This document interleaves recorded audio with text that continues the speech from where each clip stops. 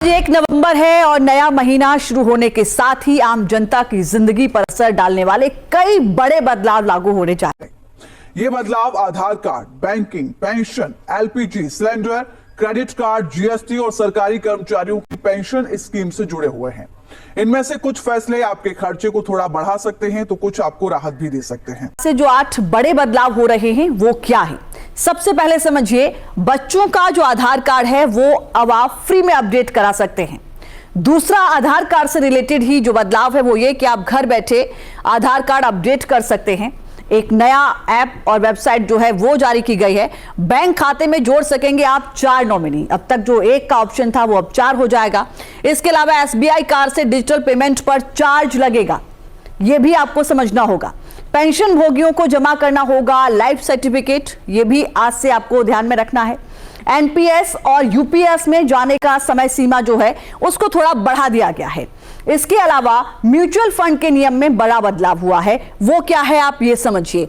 इसमें ETF, CNG, PNG, LPG के दाम भी आज बढ़ जाएंगे। ये भी आज से बड़े बदलाव होने जा रहे हैं। इन 8 बदलाव में सबसे अहम बदलाव आधार और बैंकिंग सेक्टर से जुड़े हुए हैं, जो आपको जानना सबसे जरूरी है। यूआईडीएआई ने आधार अपडेट से जुड़ी प्रक्रिया को अब आसान बना दिया है। सबसे पहले आप इसको समझिए, नाम, पता, जन्मतिथि, मोबाइल नंबर अपडेट करने के लिए आप ऑनलाइन सुविधा ले सकते हैं। आपको केंद्र जाने की जरूरत नहीं है। सिर्फ बायोमेट्रिक डिटेल्स के लिए आधार केंद्र आपको जाना जरूरी होगा। इसके अलावा कुछ भी अपडेट आपको करना है तो आप घर बैठे कर सकते हैं।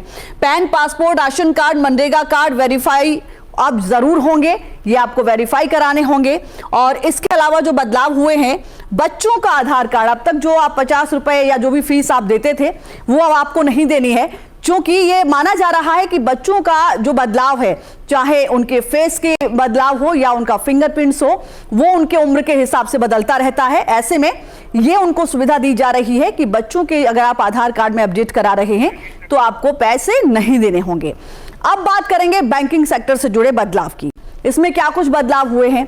1 के बजाय आप 4 नॉमिनी बना सकेंगे। हर नॉमिनी को संपत्ति का अलग अलग शेयर दिया जाएगा। ये एक नई राहत, एक नया ऑप्शन दिया गया है। इसके अलावा single, joint account, FD, RD सभी तरह के डिपॉजिट पर नियम लागू होंगे। ये आपको 4 नॉमिनी वाला। बैंक लॉकर में भी क्रमवार नॉमिनी डिटेल दिया जा सकता है। अगर आप 1 से ज्यादा नॉमिनी रखना चाहते हैं तो यहां पर भी आप रख सकते हैं।